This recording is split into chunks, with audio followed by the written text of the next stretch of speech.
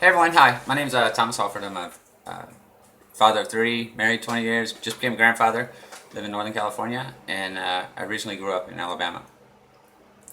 I put out a video yesterday talking about the breakthrough I had in figuring out a way to communicate after 42 years with an autistic mother, and some of the realizations that occurred to me in that process. But the biggest one that occurred to me after I went through that process was that if I could use it to break or attack or to do that, it's just been a challenge my entire life. It's hard to put it in words, but if I could use it to do that, then I could use it to address my second biggest challenge, which is something that most people never heard about. It's called generational trauma. It's it's trauma that's just passed down from generation to generation. From parent to child, so on and so forth. And it's a very it can be. It's not as complicated as autism. I can tell you that one, but it's right up there. And that was the biggest reason when I realized that. The breakthrough I'd had with autism with my mother, I had a feeling I could use it for this as well, and that feeling grew as time went along. And I used a couple different. When I decided to reconnect with my mother, we had been estranged for more than 10 years, and.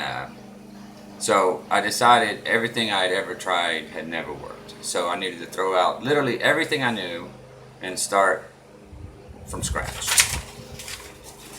And so that's what I did.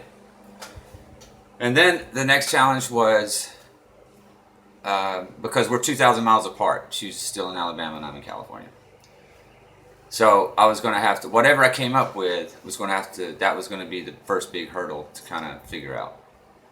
So what I decided to do, because you can't do this over the phone, it really does have to be face to face when you communicate. My mother can talk and things like that very well, but she doesn't communicate her emotions that way.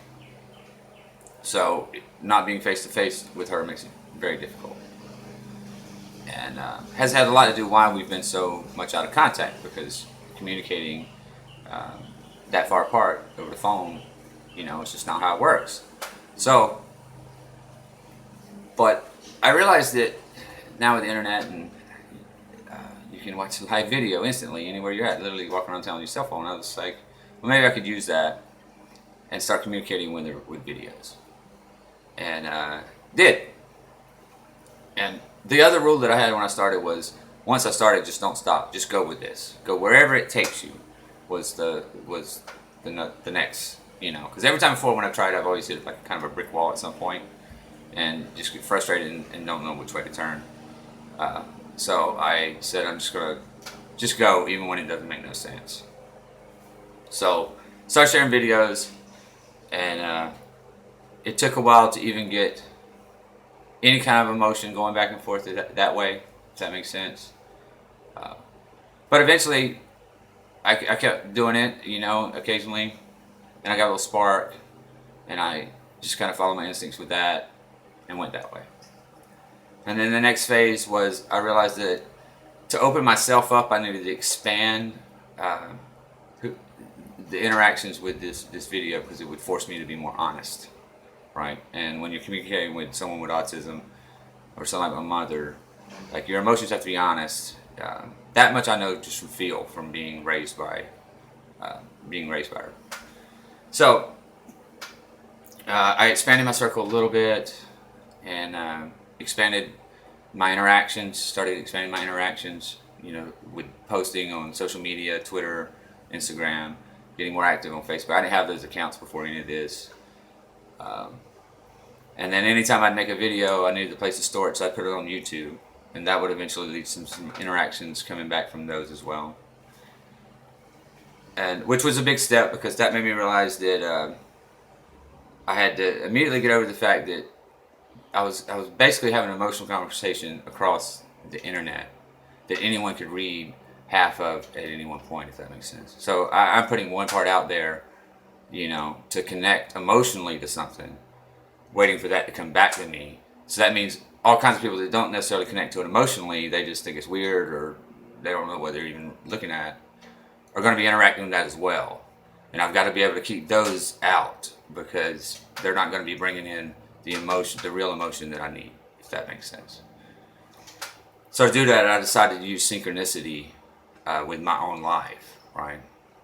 And synchronicity is just it's just following your instincts and your feelings about kind of emotional stuff. It's how you know, like when you go into a bad neighborhood, if you're in a bad neighborhood, or your senses are kind of heightened. Like when it's dark, you're somewhere you don't know where you're not familiar with, things like that. You combine that with driving to work and noticing phone numbers on the radio, and then realizing that it's your dad's birthday, or even further, you're consumed with thinking about the passing of your father. It's all you can think about. And then you see, for 3 days in a row, everywhere you look, you see his anniversary date, right? Or even something closer, because you're in deep thought. So you see only a date that no one knows is connected to the both of you but you, right? Like it could be a date that it's just like you and him in a special vacation or something, right? That it's not his birthday, so like his whole circle doesn't know about it, your whole circle doesn't know about it, and now you are thinking about him all the time. His anniversary's coming up, and that special date is now appearing in billboard signs, license plates, clocks, things like that, right? Well, that's your emotions communicating with you. You're sensitive to those things for a reason, And when you have an autistic brother who's only 18 months younger than you, and a mother, and then an autistic grandfather that you thought of your whole life as your primary parental figure, spent most of my life thinking my grandfather was just the quietest person on earth. Right? Wow. And he passed when I was 22 years old. I didn't figure my grandfather out until 20 years after his passing. It's weird. And all the resentment and stuff that I carried for him, all the years he was here and all the years since, you can still get in touch with that, because even though he's been gone since 2002, right? To figure out how to let go of anything that I had to do with him by simply going back and understanding how he felt changes everything, right? I was there holding his hand when he passed, and have been consumed with guilt over that. That sounds beautiful. That, you're there holding his hand, he passed, right? In reality, I got there too late. I didn't get to say bye to him with words. He was still alive, still breathing, still squeezing my hand.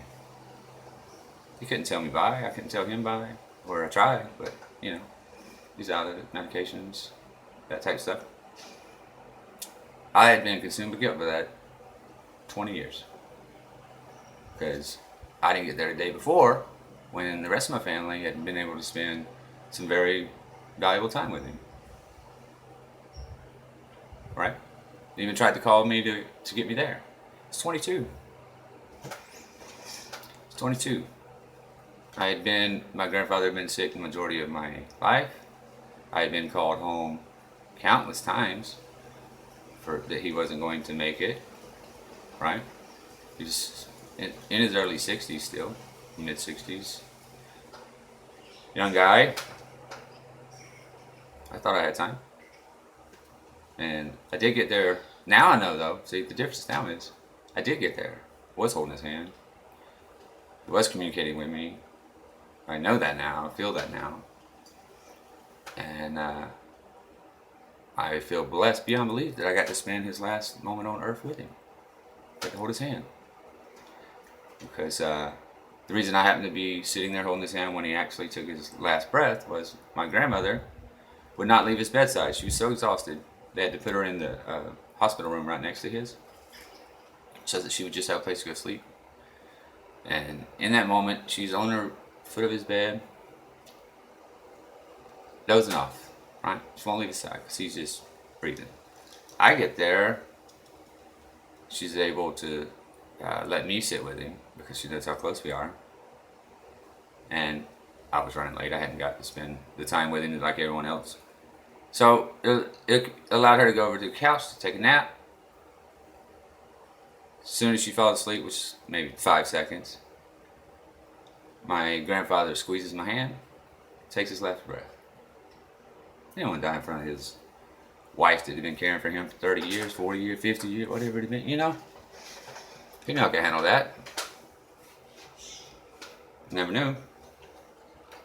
Because he couldn't use his words at the time to tell me. That is something he would have probably told me had he been, able to. He couldn't communicate that with me at the time. But I knew by the way he was struggling, he didn't want to do it in front of my grandmother. Right? I could feel that sitting there with him. And I'm the only one she would have listened to go do that. That would have left his side. That would have left him with it, Right? So, that squeeze of the hand tells me everything. That's the beauty of all of this. Being able to fix that. Because see, when I was going through all of this, and he kept coming up in the synchronizations, the date of his death, the month of his birth. I mean, down to literally the actual date of his death showed up in multiple people, because that's the way when you're communicating emotionally and using synchronization. That's why you're getting that feeling. I was just attaching it to like tangible things, like physical dates and months and things like that, because it's those things that spark those things in all of us. So I was just following it to an even like deeper, staying on it a lot more. But literally discovered his death within maybe 5 or 6 people close death, right? Very similar relationships, all parental figures, all friends of mine lost parents or grandparents on that same exact day. Friends I didn't even know I had one before I started this. That's what is amazing about it as well, right? 90% of the synchronizations that led me to my mom, my grandfather, and that's not even the generational stuff that it eventually led me to, right? 90% of the synchronizations that I put together came from complete strangers in my life before I started. And not complete. We had a small connection in life at some point. And by invoking or communicating emotion out to that pool of people in my life, because now things like Facebook allow me to reach back to any part of my life that I want. To get a lot of this stuff occurred in my childhood. So I had to be able to reach back to my childhood, connect to it, make those synchronizations that guide and allow them to guide me just to where they guide me. Is what I did. And I was able to do that because when else could I have reconnected to the world of like a 7th grade classmate that I haven't seen in 30 years, right? That passed away a year and a half ago on the other side of the planet, in another country. How could that person create all these synchronizations in my life? And she was one of the ones that this was tons of interactions, right? But to be able to reach out and communicate with her because I could connect to her and her world. You understand that I was once in, and I can synchronize with that. That's what this allowed. That's what this was about. You know, we don't. What we have in front of us is a completely different form of communication than we've ever had. Right? So there's a reason why actors become actors, and most people can't do it. Because real emotion in front of a camera is very, very difficult to fake. Very difficult to fake. Right? For whatever reason.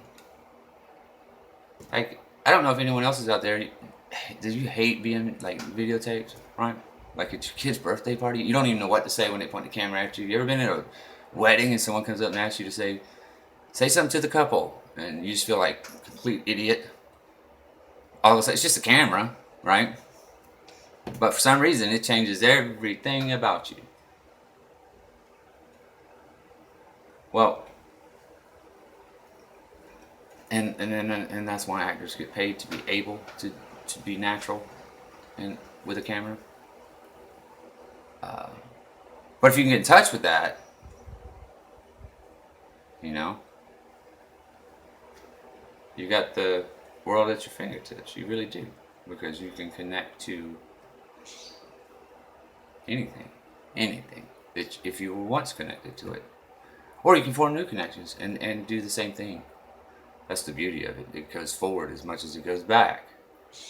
I mean, it's amazing. It's truly amazing.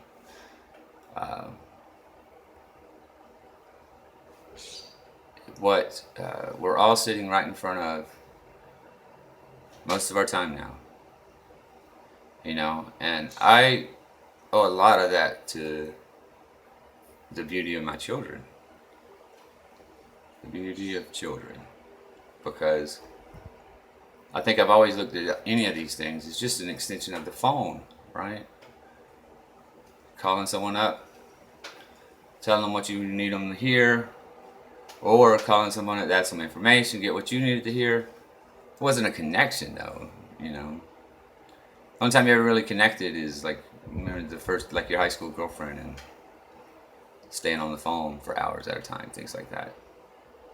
You know, you can do it in that way because it's such a strong emotion, right? First love, first crush. It's easy to communicate that, especially between two innocent kids. So that's funny that we all do that when we're that age. It's a whole new world now. I know it allowed me to. I've wanted to figure this out, and I won't even get into the generational trauma now because that is just as difficult and as deep. I mean, this led me to come to terms with PTSD, come to terms with form a connection with my children for the first time in their lives, reconnect with my wife and her family in a very deep way at a very, very significant time in our lives. We're dealing with the almost, you know, my wife's father has been battling for his health now for 6 months. Bedridden, battling. Tremendous pain, tremendous difficult time, you know, that was, has been tearing them apart because she has a very small family. It's her and her sister and just her mother. Three women. And here this big, huge man of a man. I mean, and he was, no joke. Is brittle and is broken, and him and my mother-in-law have worked their entire lives. They grew up in inner city LA, right?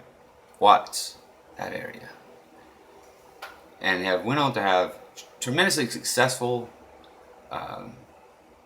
good lives, raised 2 great children. So, you know, I mean, the American story, really, the American story. They both made it all the way up to the day before retiring at 65 years old when my father-in-law went in the hospital.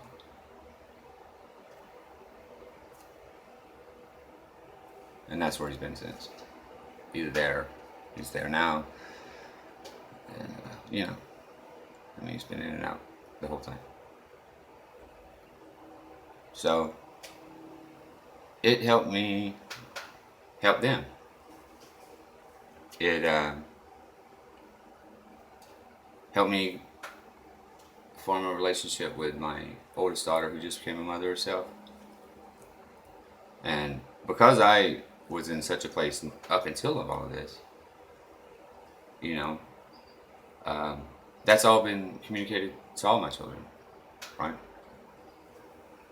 And I know that now, right? So it has been, it was a tremendous, tremendous journey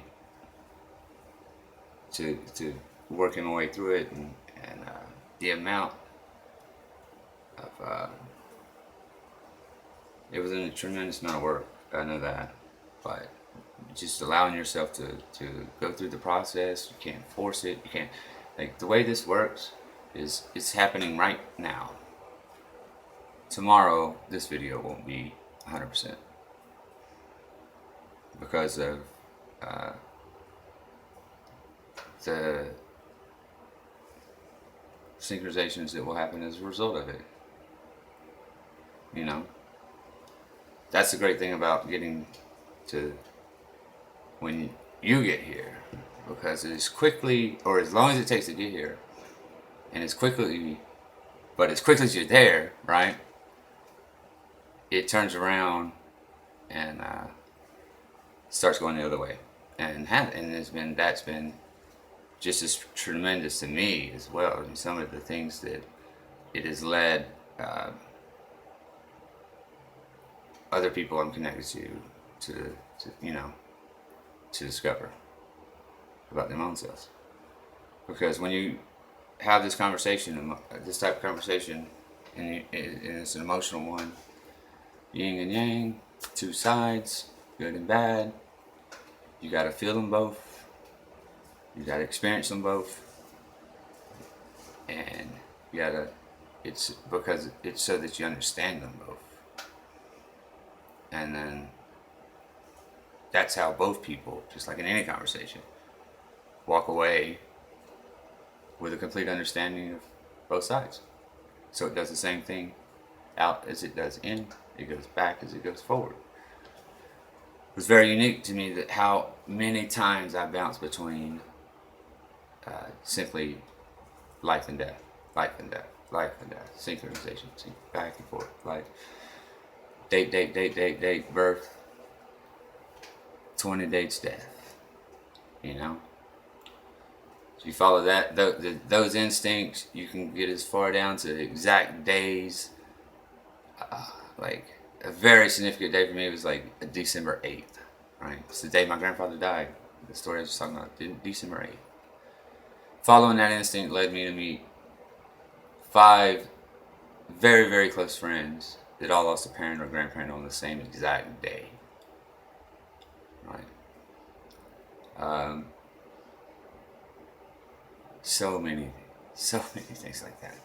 Imagine how many synchronizations it would take to get to something that deep, right? To literally go back to an exact date of something. It took me, I ended up in the same hospital that I had 2 of my children in, was hospitalized in for the event I got PTSD from. I went back to that same hospital with other people that had children in the same hospital, that lived in the same town, that I once went to school with, that I haven't seen in 30 years, that I never knew existed. And following that trail led me all the way back to the exact date, hospital, town, state, 2,500 miles away from where I live now. That conversation, like all of those synchronizations, happens to become all together, right? Think about that. That's you know, it was wild. It was wild. It also paints a picture unlike any The other thing was what it does is makes you realize that you can recall memories you have different ways, right? So like you hear a song, you might think of the beach house your parents once owned or something like that. So you can recall that memory of being there, or maybe a picture of it. Well, your emotions can recall memories too. How I ended up back in 1979 at 3 years old, and the first time that I recognized something was different about my mother is because that was the first time I recognized something was different. It was an emotion, a strong one, a very, very confusing one that stayed with me for 42 years and grew from that. But the first time I felt that, I was 3 years old. And synchronization led me back to that very moment. I mean, the very moment. I I ended up in synchronization led me all the way back to the exact apartment that memory happened in, or that day happened in. That I was 3, I had no idea that. I didn't remember the first time I noticed that about my mom. I'm not telling you that that's the first time I remember doing it. That's what I discovered. That's the first time it happened. Was in 1979 in this apartment in Dothan, Alabama, so on and so forth. And following this, literally led me back to that. It was a connection that I made and followed and listened to that made me realize, holy crap. And then the emotion of following that trail made that a memory appear in my head just like any other memory. And now I know everything that happened that day around feeling like that. Not everything. I don't remember the whole 24-hour period, nothing like that. But I remember about 15 minutes. I remember a particular. I don't think you remember in time, but I remember the situation that caused me to feel that way about my mom. That memory I recovered.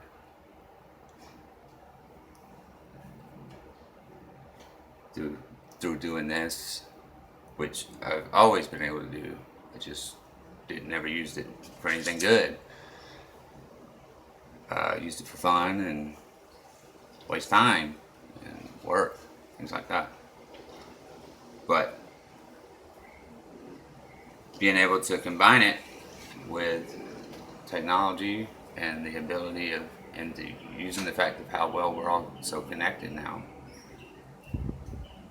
it worked so much better than I could have ever. I can't put it into words how well it worked. The synchronizations were insane. There's pages and pages and pages around there of how many, on the one date alone. I have a list of 14 people here with either a death of a parent or a birth of one on the same day I lost my grandfather. I have a connection to 29 people that all share a birthday within the same month I do. I ended up in that same small town where I had my incident connected to 4 classmates from middle school that I haven't seen since then. I found a connection to this all started for me February 13th, 2018. February 13th, 2018 is when this started. And it was like a seed of a thought was February 13th, 2018. I traced that all the way back or followed that. And at some point synchronized, because that was a significant date, so I knew I'd find an emotional connection in that date somewhere. It's out there. That's how it ended, with discovering that one of those 7th grade classmates who lived in the same town that I lived in Lawrenceville, Georgia, was best friends with a girl I didn't know existed, who had a daughter with autism like my mother, and a daughter born in the same hospital as my two children that I had to be hospitalized in for PTSD that my life was saved in. That same girl that led me to all of that also lost her life on February 13th, 2018, the same day all this started for me, in Taiwan. And I haven't seen her for 30 years. And I used 30 different people to synchronize all this with. That was the formula that I used. Well, and it wasn't a formula I used, it was the formula that it grew into, I should say. It started one-on-one, me and my mom. One-on-one is worse though. I mean, it started with just me and, and then the first kernel, or February 13th, I had the idea of, I want to reconnect with my mother. That was the seed. I want to figure her out finally. In a tangible way that I can understand and maybe possibly explain her or explain to others how to communicate with her. That was it. That was what happened to me on February 13th, 2018.